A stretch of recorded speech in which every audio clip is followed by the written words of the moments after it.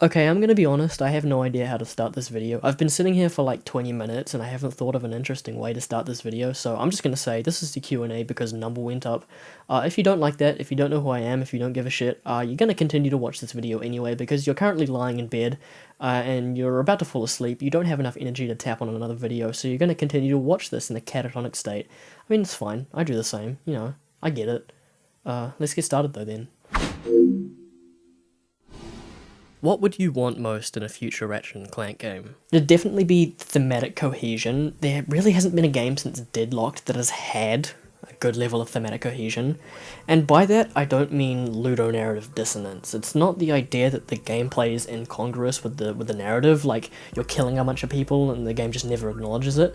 It's more that the gameplay isn't serving the thematic idea of what the game is trying to say.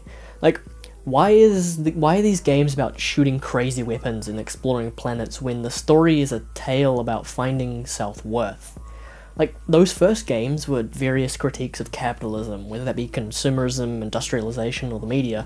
So gameplay systems of economy, they made sense. They fit with what the game was trying to say. Does it still make sense to have to buy your weapons, ammo, and like upgrades when the person you're buying them from works as part of the insurgent resistance that you're fighting for, instead of like the large corporations that you'd be in conflict with? That's the kind of thing that I'm talking about. Thoughts on the whole remaster trends? See, this is a complicated one to answer because the intellectual part of my brain wants to say that I don't like remasters, that while I believe that new generations being able to experience old media is a good thing, I don't like how they can kind of erase the game that they're remaking. Like, I'm a preservationist, I like experiencing media as it was, so the kind of idea that a remake might be, or a remaster might be, or whatever the fuck you want to call it, that it might be better, or the more ideal way to experience the game, I don't really jive with that. And I say it's complicated because while I have that opinion that, you know, I don't like it, you know, I like playing stuff as it was, and, you know, we should make that possible rather than like spending $1 billion remaking games that already exist, and instead we should make new stuff.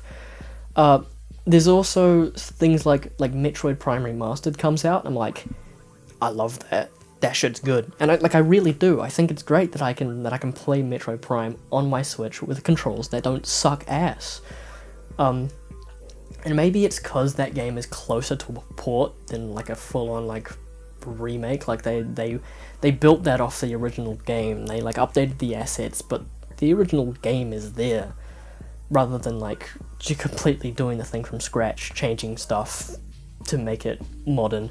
But like, even so, like, even though I think that the controls of the original Metroid Prime and Prime 2 are bad, not because it's difficult to control, although it can kind of be, but because the way that you feel like a tank, that you have to stop to look up and down, that you turn really slowly, disincentivizes exploration in a way that is completely incongruous with the rest of the game.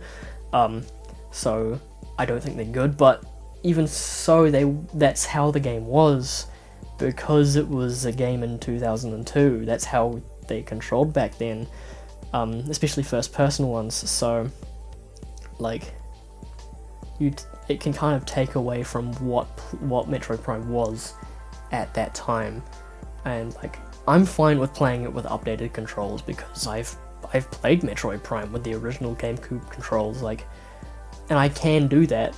And I like in that game, like in the remaster, you can like set it back to the original controls and play it, but you know, the default is the dual analog. Like, obviously, like it's not the most important thing in the world. Like, it's just like we have to kind of think about that kind of stuff. I think is more the point. Like, we need to be aware that stuff is happening. Yeah, again, it's kind of the idea that this thing is inherently, that like a remaster is inherently better than the original game just because it's easier for people of our current generation to play, which like may be like literally true, but like we need to kind of consider what that means for the state of preservation. which again, like a lot of people don't give a shit about. Like no one, like a lot of people just want to play games. I don't think about them that hard. It's only like, you know, idiots like me who kind of think about it that much and kind of want it to be like, it's the idiots who think game are art, essentially, which, you know.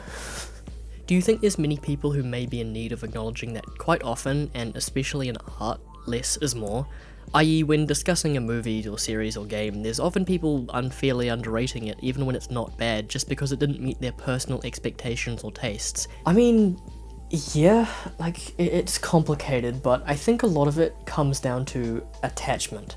I've said before that I don't like calling myself a fan of stuff, despite, you know, ostensibly being one for a lot of things, because I don't really want to have the baggage that comes from being a fan, that sense of, like, personal stake in something, which can often form into entitlement. Like, Star Wars has been a part of my life as much as any fan of it. You know, I grew up with the original trilogy, you know, some of my dad's favourite films, and the prequels released, like, when I was growing up. But, like, did The Last Jedi personally offend me? No. It was just pretty average. It had some interesting ideas and had some stuff that didn't really execute well, but I appreciate what it is, what it was trying to do, even if it didn't, you know, fully succeed at that. There's a great video about the Book of Boba Fett, which is done by a guy called Ben from Canada, which unpacks what that show is trying to say, and it's exactly the kind of thing I'm trying to get at, because, you know, I personally didn't enjoy that show very much, but there's still something interesting to dig into there. Like, experience what is, rather than what could be, and there's always enjoyment to be found in everything. Do you think there are any Ratchet & Clank games that are particularly underrated or overrated in your opinion? Deadlocked, of course. Even when people say that their game is good, I still think it's underrated. It's just so much fun. People don't give that game enough credit for how just fun that gameplay is. I guess it's paced weirdly, and it was kind of cheaply made, not like cheaply made, but, you know, it was made with a smaller team with less time, but it's really good for what it is. And I also think Into the Nexus as well is another one where, like, yeah, it's not groundbreaking, it's not like a huge, like, experience. You shouldn't expect, like, a full, like, game from it, but if you can find it cheap, it's a really fun, like, however many hours that game is, like, just having a short experience, just doing something and then having it be done. Like, we don't have a lot of that in kind of the, like, that kind of space. So it's like, it's really nice to have a game where it's just like, it doesn't last that long, it just says it just tells a story, and does a thing, and then it's done. And it's like, cool. It's a good, like, experience to have. What is your favourite Ratchet & Clank weapon? It's definitely the original Plasma Storm. It's just such a fun weapon to use, and specifically I'm saying the original one, because the one in Up Your Arsenal is super overpowered, and that's, like, cool and all, but I just don't find it as interesting as the one in Going Commando, where it's balanced as more of a mid-game weapon than as a late-game weapon like it is in Up Your Arsenal. And of course, like, there's the thing in Up Your Arsenal where all the weapons from Going Commando are cracked as fuck, which is its own thing, but yeah, the Plasma Storm has always been my favourite. You know, the Bouncer is cool, but it ain't got shit in the Plasma Coil. What is your favourite movie/TV series? I'm gonna answer both of these, you know, for content. But the first is for what my favourite film is an easy Into the Spider-Verse. I do think Across the Spider-Verse is equally as good, maybe even better, but I don't want to say it's my favourite until the second part is out. Not because I don't think that movie doesn't stand on its own. It really does, more than I even realised when I watched it. Just that I don't want to make it my personal favourite until the second part is out. As for TV, I actually have two different, like, wildly different ends of, like, what my favourites are, and you'll understand why I can't say one is better than the other when I say what they are. Because the first is The Last Airbender. You know, it's just a perfect work of writing and animation. And the second, on completely different end, is The Wire, which at times almost feels like a documentary despite being fiction, but it's just so excellently crafted with characters that feel so much like people that it's tough not to see the actors, like, their other performances as their characters from The Wire. You've done a video on 2004. Have you considered tackling the year and its hits? Other than the fact that I have no idea what that first thing is, I probably am not going to make any videos about a game or series because it came from like a particular year. I made that video because 04 is an interesting case study on the design principles of the late 90s and early to mid 2000s. It was less about the individual games themselves. As for tackling games like Jack and Sly, I'd first have to play them. I haven't actually played them, so I don't know if I have anything interesting or relevant to say about them. I don't know if I have opinions that I need to share about them, so I don't know if I'll make any videos about them until I play them, which I don't know when that will be. There's a lot of games that exist. They keep on coming out, and I am completely scatterbrained, and I will not remember to play them. So sucks to suck. What would be your dream video project? There were a couple of longer form retrospectives I wanted to do but didn't really get the time for. There was one specifically on Half-Life Alyx that I did some scripting for, but I didn't really have the time to flesh it out properly, and I couldn't really find an angle that was interesting. I might still do that like years down the line. That's still the kind of thing where you can come back to it years later and be like, why was this game, why? You know?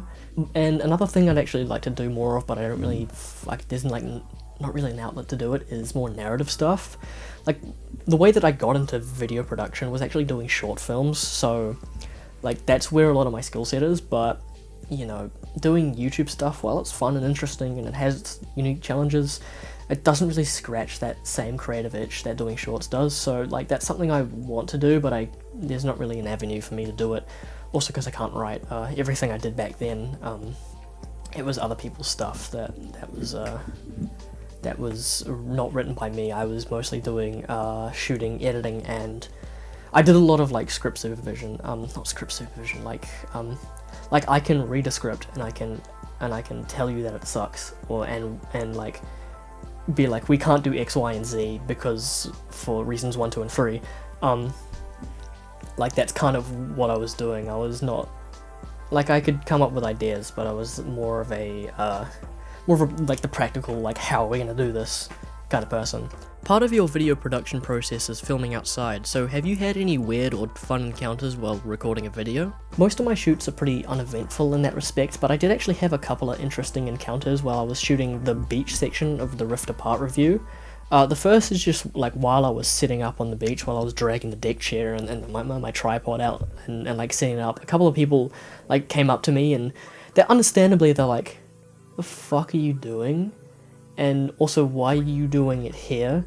So I had to like explain that I was doing a review of a game on a beach, and the reason that I was at a beach was that I didn't have one and I just felt like it. So that was kind of funny.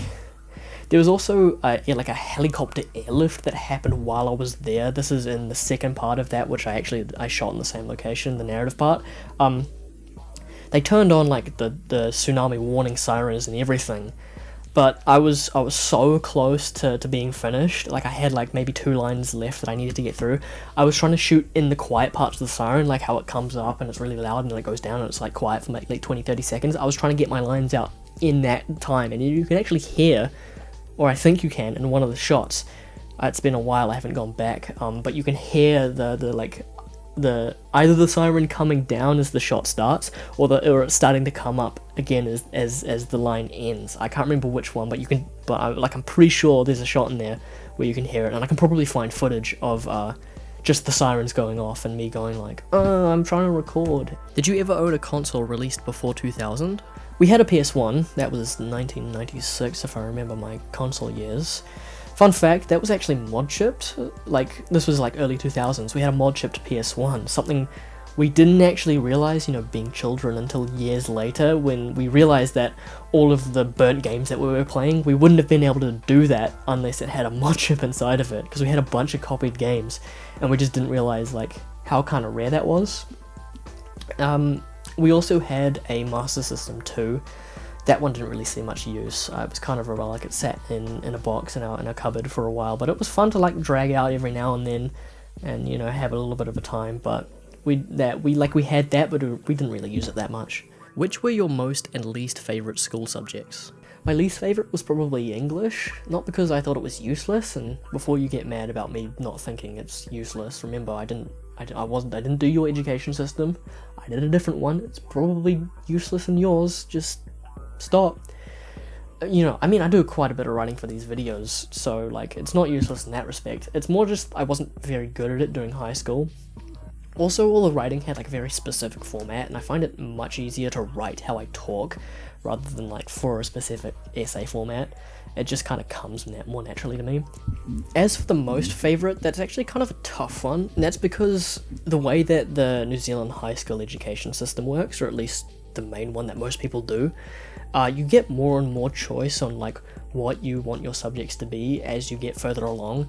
Like, it gets to the point by the time I was in year 13, which is whatever you call the last year of high school, all of my subjects were math, science, and technology.